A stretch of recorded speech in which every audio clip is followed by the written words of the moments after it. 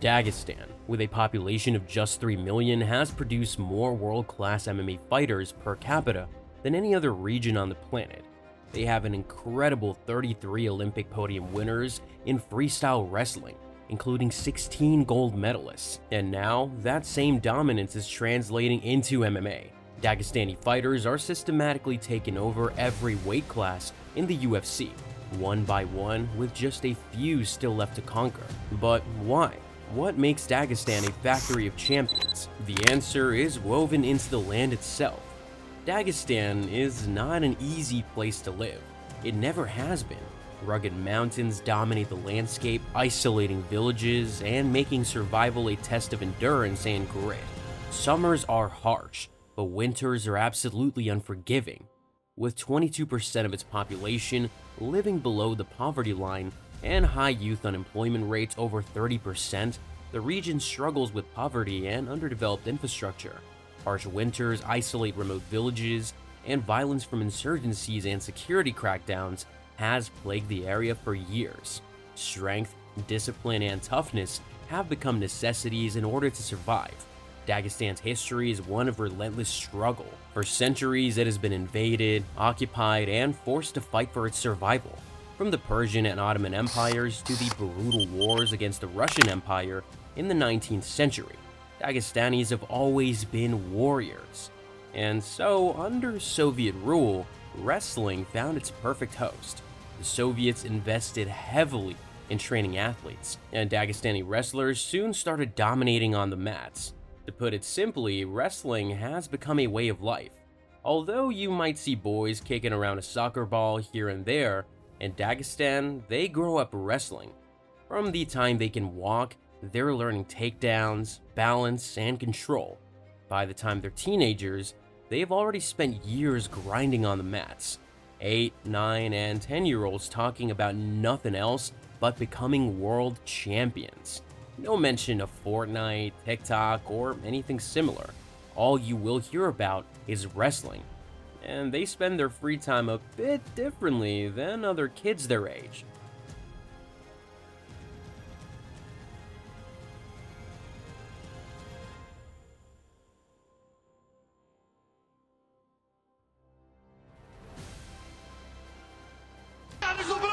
Chaves do Bronx, é do Brasil, vai pegar, vai pegar!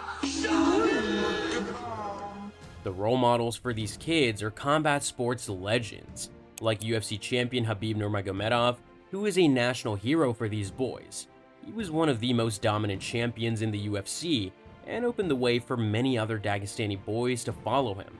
Many of the athletes who make it to the top come back to help younger wrestlers, ensuring that the cycle continues.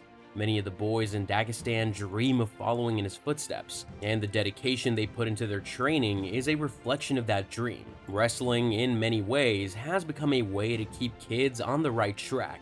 In the past, Dagestan struggled with violence and terrorism, but now wrestling serves as a way to focus energy and ambition on something positive, something that not only changes lives but also brings the community together.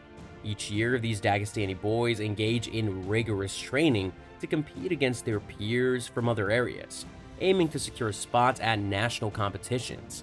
These regional tournaments give them a chance for a scholarship or better training, a chance to represent your region on the national level, possibly to compete at a global level and even become a champion, and a bit further down the road to give your family a better life.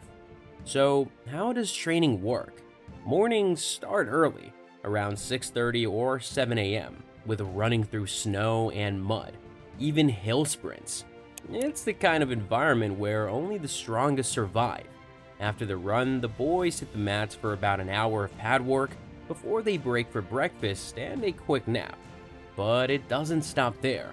Once they're awake, it's time for a hike, sometimes 2 or 3 miles up steep, rugged mountain paths. When they reach the top, they wrestle. This is obviously overtraining, even for the most hardened of fighters. No wonder injuries are a normal occurrence. But this type of training isn't just to build up muscle, technique, or endurance.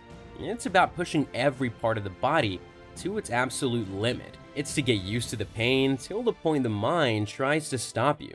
And pushing past that, it's the real deal, and these kids are born into it. And it all started with Khabib, or better said, his father.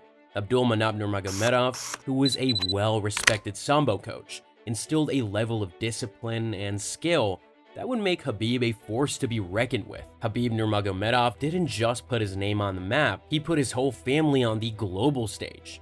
And now they are quickly entering the MMA world. DC said it best. I knew it. I knew it. Because in wrestling, they've been around.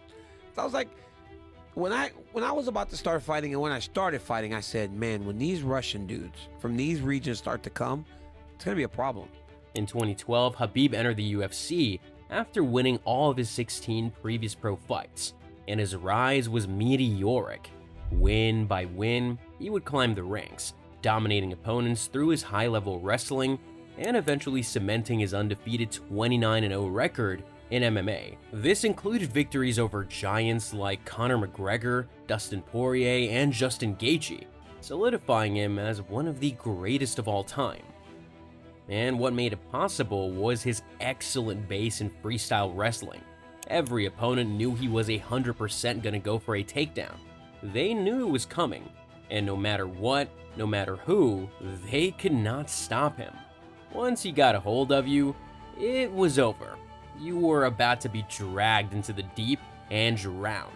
His success became a blueprint for the rest of the Nurmagomedov family, Usman, Umar, and Abu Bakar, Khabib's cousins. They are all following in his footsteps, and many believe they're destined for even more greatness due to something even more terrifying. They are not as one-dimensional as Khabib, striking, which Dagestani fighters, especially Khabib, were not known for, is becoming a bigger part of their game. Usman, Umar, and Abu Bakar have all expanded their arsenals, incorporating striking techniques that make them even more dangerous. And Islam Makhachev might be the most obvious example of this. No matter where you try to take the fight, he will either out-wrestle you or outstrike you. Soon enough, we might see every UFC division have its own Dagestani champion. Usman, with his impeccable 19-0 record and Bellator Lightweight World Championship, has been the most talked about.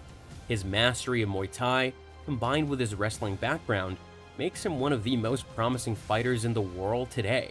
Umar, who was until recently undefeated, has an 18-1 record and is considered the most aggressive of the cousins, with his striking and grappling skills making him a dangerous opponent in the bantamweight division.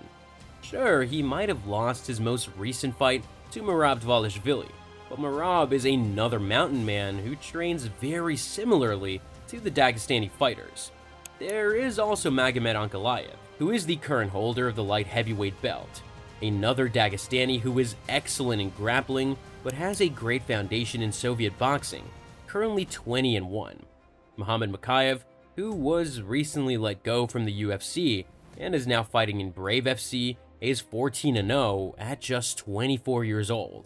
If he ever returns to the UFC, the flyweight division is bound to have an issue on their hands. Ikram Aliskerov, Abubakar Nurmagomedov, Tagir Ulanbekov, and Sharaputin Magomedov. And this is just the second generation of Dagestani fighters in the UFC. The floodgates have just been opened. Dagestani fighters are taking over the UFC one fight at a time and becoming a serious threat to all the other fighters.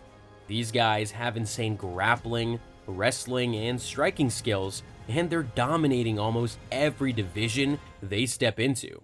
But funny enough, their biggest challenge isn't inside the octagon, it's outside of it. The UFC is just as much about selling personalities as it is about fighting skills, and Dana White knows that. Fighters like Conor McGregor tend to get the most attention and money, but many Dagestani fighters come from a culture that values discipline, respect, and staying humble. They're not the type to trash talk or put on a wild show, which makes them harder to market to casual fans.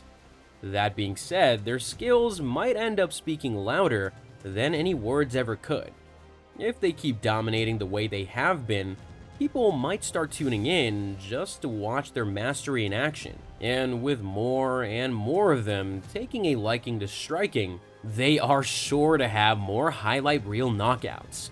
Fighters from all over the world are gonna have to step up their game if they don't want to get left behind by these relentless killers.